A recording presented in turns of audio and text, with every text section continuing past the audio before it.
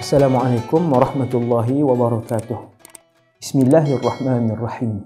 Alhamdulillah wassalatu wassalamu ala Rasulillah wa ala alihi wa sahbihi wa man walah wa la haula wa la quwwata illa billah.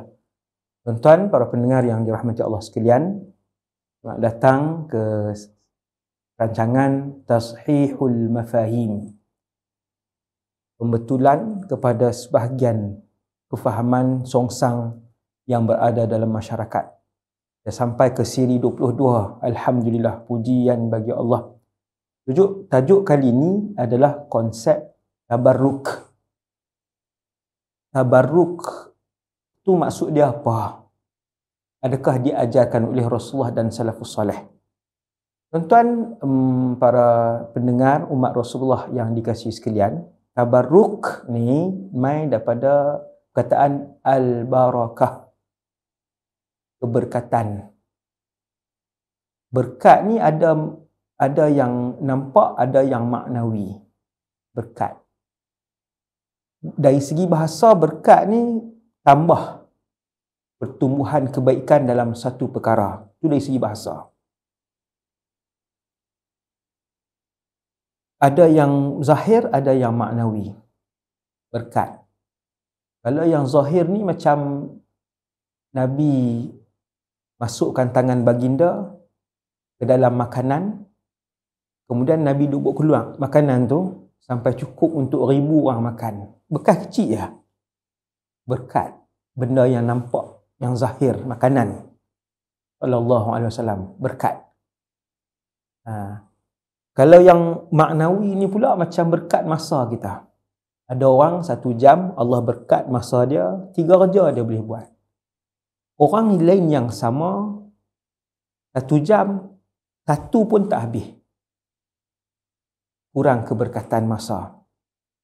Inna lillahi wa inna ilaihi raji'un. Itu al-barakah. Tabarruk ni pula apa? Tabarruk ni kita minta keberkatan daripada Allah. Kita harap keberkatan daripada Allah. Itu farasan nombor 1. Dengan sesuatu yang mulia. Nombor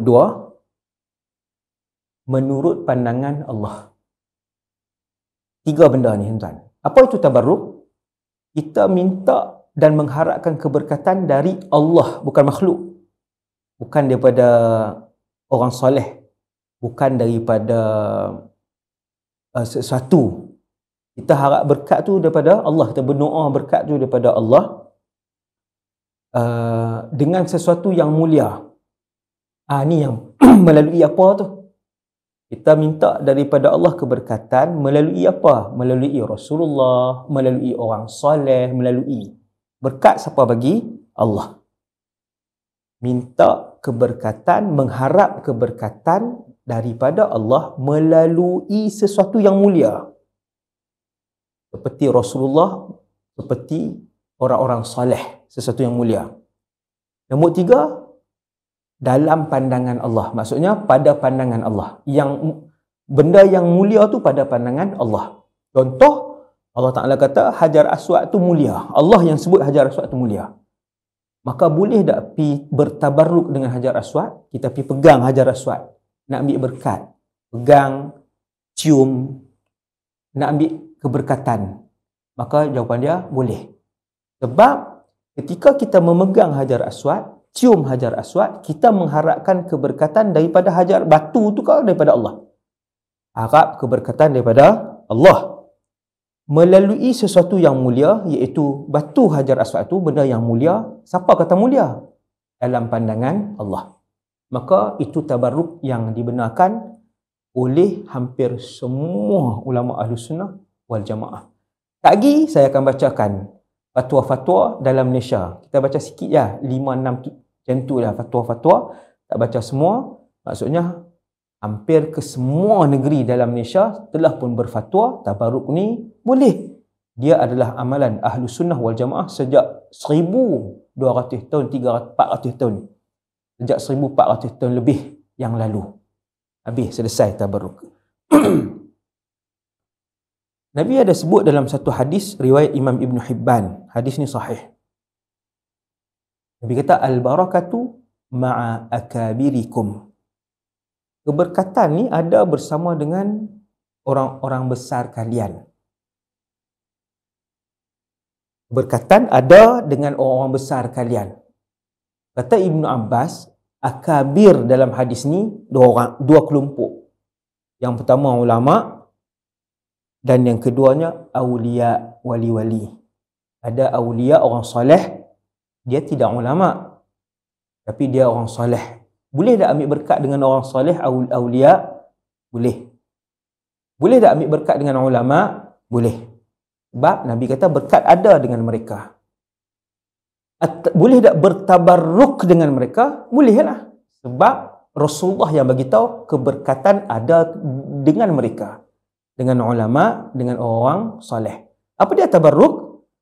Mengharap keberkatan daripada Allah melalui dengan sesuatu yang mulia, iaitu ulama ataupun awliya. Dia ni mulia, kelompok ini mulia dalam pandangan Allah. Macam mana kita tahu mereka ni mulia dalam pandangan Allah? Tuhan Nabi yang sebut. Nabi yang sebut keberkatan ada dengan kumpulan ini. Maka kita pun ambil berkat dengan mereka. Macam mana ambil keberkatan dengan ulama? Salam dengan mereka, duduk satu majlis dengan mereka, menziarahi mereka, cium tangan mereka, minum minuman yang berbaki daripada minuman mereka. Itu semua tu tabarruk yang diamalkan oleh umat Rasulullah SAW 1000 tahun lebih lamanya. Itu yang duk bunyi tabarruk sesat, haram. Ada yang kata syirik, ada yang tak bagi cium tangan, ada yang kita minum air bekah ulama minum ada berbaki tapi ambil dia larang. Apa tu ustaz? Itu kumpulan radikal yang songsang fahamannya kepada dalil-dalil Islam. Mereka ini tak ramai tetapi mereka seperti racun yang merosakkan umat Islam, memecah belahkan umat Islam, menimbulkan ketidakharmonian dalam masyarakat Islam. Semoga Allah Ta'ala mengampunkan kumpulan ini. Oleh yang demikian, masih lagi dalam konsep tabarruk, kita nak faham ni. Ni konsep dah kita faham dah. Tabarruk ni maksudnya kita minta dengan Allah, harap dengan Allah keberkatan. Kita harap daripada Allah berkatan melalui sesuatu yang mulia, dengan sesuatu yang mulia pada pandangan Allah. Oleh itu, kalau orang tu dia percaya selain Allah dapat memberi kesan, manfaat, itu adalah fahaman yang batil. Sebab tu ketika Sayyidina Umar dia cium Hajar Aswad, bertabarruk dengan mencium Hajar Aswad, dia kata apa? Dia berkata di depan batu itu, sesungguhnya aku mencium kamu Hajar Aswad dalam keadaan aku tahu kamu hanyalah sebiji batu yang tidak memberi mudarat dan manfaat. Ni dia konsep dia, tabarruk. Kita kena yakin yang bagi manfaat dan mudarat itu siapa? Allah. Bila kita cium batu Hajar Aswad itu, yang memberi keberkatan itu siapa? Allah. Melalui apa? Melalui Hajar Aswad tadi ni, dengan sesuatu yang mulia, iaitu Hajar Aswad. Pada pandangan siapa yang kata dia mulia tu? Pandangan Allah SWT. Allah yang ajak. Sebab tu Sayyidina Umar kata, wahai Hajar Aswad, aku cium kamu dalam keadaan aku tahu hang batu ya, tak ada mudarat, tak ada manfaat, tapi sebab aku melihat Rasulullah mencium kamu. Maka sebab Rasulullah yang bagi tahu kata pada kamu, pada perbuatan mencium kamu itu ada barakahnya, maka aku melakukannya. Kata Sayyidina Umar radhiyallahu anhu. Konsep tabarruk jelas dan dipegang oleh hampir semua ulama Ahlus Sunnah wal Jamaah. Jom kita tengok fatwa-fatwa negeri-negeri di Malaysia. Nah, banyak fatwa. Saya tak baca semualah sebab jadi dia akan jadi panjang. Saya sebutlah dalam berapa? 6-7 saya sebut, tuan-tuan. Satu, Jabatan Kuasa Fatwa Negeri Johor memutuskan bahawa antara ciri fahaman dari sudut akidah yang bercanggah dengan Ahlus Sunnah wal Jamaah ialah menganggap syirik amalan Ahlus Sunnah wal Jamaah seperti tawassul. tabarruk dan istighatsah. Tabarruk kita fahamlah, tak sah kita dengar. Tabarruk kita dengar dah. Tawassul dengan istighatsah tu apa? Yang tu nanti dalam siri lain. Tuan Negeri Johor abang, fahaman yang anggap syirik amalan bertawassul, bertabarruk dan istighatsah adalah bercanggah dengan akidah Ahlu Sunnah wal Jamaah. Wahai Jawatankuasa Fatwa Negeri Johor, adakah orang menganggap syirik amalan tawassul ni? Jawapan dia tuan-tuan, ada dalam Malaysia ni. Sebab tu negeri-negeri ni buat peluang supaya kita umat Islam di Malaysia hampir 100% Ahlu Sunnah wal Jamaah, hampir 100% Ahlu Sunnah wal Jamaah, jangan sebarkan kebatilan, fahaman yang menyeleweng. Tuan-tuan tengok, ada kumpulan kecil ni, geng radikal ni, yang berfahaman radikal ni, bila dia sebut yang bertentangan dengan arus perdana Ahlu Sunnah wal Jamaah, tuan-tuan boleh yakin itu adalah kumpulan menyeleweng yang sesat, yang terkeluar daripada landasan Ahlu Sunnah wal Jamaah. Itu saja niat saya nak bagi tahu kat tuan-tuan benda ni. Kumpulan yang sering membuat kacau bilau, menimbulkan kekacauan, ketidakharmonian, gusar. Orang jadi gusar, orang jadi, bila mereka ni bertabarruk, umat Islam bertabarruk, buat amalan tabarruk ni, mereka ni mai syirik. Kumpulan ni mai bid'ah. Sebahagian mereka ada PhD, ada pangkat doktor, sebahagian mereka daripada pondok, ada sebahagian kecil dan sebagainya. Inna lillahi wa inna ilaihi raji'un.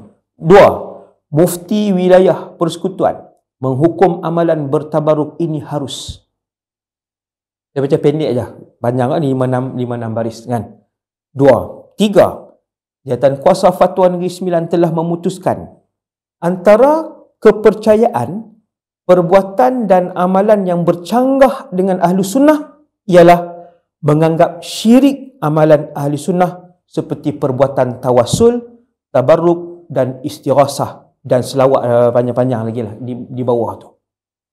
Siapa anggap syirik amalan Ahli Sunnah kita seperti perbuatan tawassul, tabarruk dan istighatsah, itu adalah bercanggah dengan Ahlu Sunnah wal Jamaah. Wahai Jawatankuasa Fatwa Negeri Sembilan, adakah orang anggap syirik ni? Jawapannya ya. Di Malaysia dan di seluruh dunia Islam,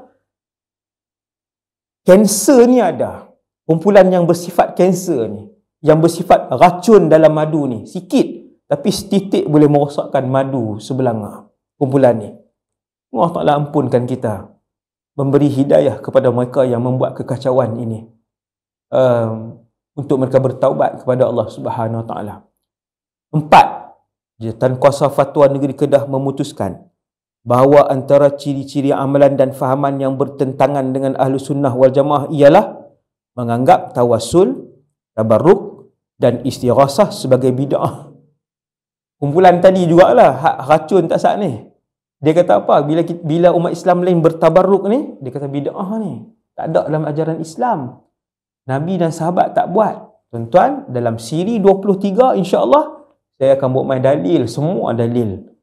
Kisah bagaimana sahabat bertabaruk dengan Nabi ketika hidup, sahabat bertabaruk dengan Nabi selepas Nabi wafat, sahabat bertabaruk sesama mereka, tabi'in bertabaruk dengan sahabat, tabi'in bertabaruk dengan tabi'in, tabi'in bertabaruk sesama mereka.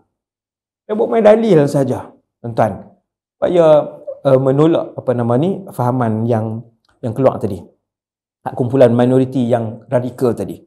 Yang kelima, muzakarah fatwa. Majlis Fatwa Negeri Sabah memutuskan untuk difatwakan di Negeri Sabah bahawa antara kepercayaan, perbuatan dan pengamalan yang bercanggah dengan Ahlu Sunnah ialah menganggap syirik amalan seperti tawassul, tabaruk dan istighatsah, dan sampai habislah. Kita ambil yang luar negara lah satu contoh, tuan-tuan. Pusat Fatwa Mesir. Pusat Fatwa Mesir. Tuan-tuan nak rujuk apa? Antaranya tuan-tuan boleh rujuk pusat perkembangan ilmu antara yang tertua di dunia, antara yang terkuat di dunia, iaitulah Darul Ifta Al-Misriyah, Pusat Fatwa Mesir. Dan Pusat Fatwa Jordan, ulama-ulama Syam, Pusat Fatwa Jordan. Tuan-tuan boleh tengok apa-apa isu yang dibangkitkan oleh kumpulan radikal ni, tuan-tuan rujuk para ulama ni. Kalau di Malaysia pun boleh cukup dah. Tuan-tuan tengok fatwa-fatwa di Malaysia hampir 100% ni pun dah cukup. Tapi kalau nak tambah lagi, tengok fatwa Mesir dan Jordan menghukumkan boleh pada amalan bertabaruk ini dan tidak bid'ah. Subhanallah. Nah, dan tidak bid'ah. Jumhur ulama dari kalangan 4 mazhab, jumhur lebih 90% di kalangan 4 mazhab mengharuskan amalan bertabaruk, dan ada juga sebahagian ulama lain yang tidak mengharuskannya, kumpulan kecil. Di Malaysia kita pegang bahawa benda tu harus, maka hormat pandangan orang lain, kerana ini khilaf mu'tabar, perbezaan pendapat pada isu yang mu'tabar. Kamu ada pandangan kamu di satu negeri, kumpulan kamu yang kecil tadi, jangan huru-harakan fatwa yang dominan, jangan huru-harakan fatwa yang arus perdana, kan? Dengan menuduh orang lain buat benda syirik, tuduh orang lain buat benda bid'ah, tak hormat fatwa arus perdana di tempat orang. Itu hak kumpulan tadi ni lah, yang racun tadi ni. Jadi tuan-tuan, setakat tu dulu untuk siri 22 konsep tabaruk. Kita akan sambung nanti siri 23 dalil-dalil daripada Quran dan hadis, dan serta contoh-contoh yang dibuat oleh salafus salih, beratus contoh yang ada, kita ambil dalam 7-8 contoh nanti. Aku qauli hadza astaghfirullahal azim li wa lakum. Assalamualaikum warahmatullahi wabarakatuh.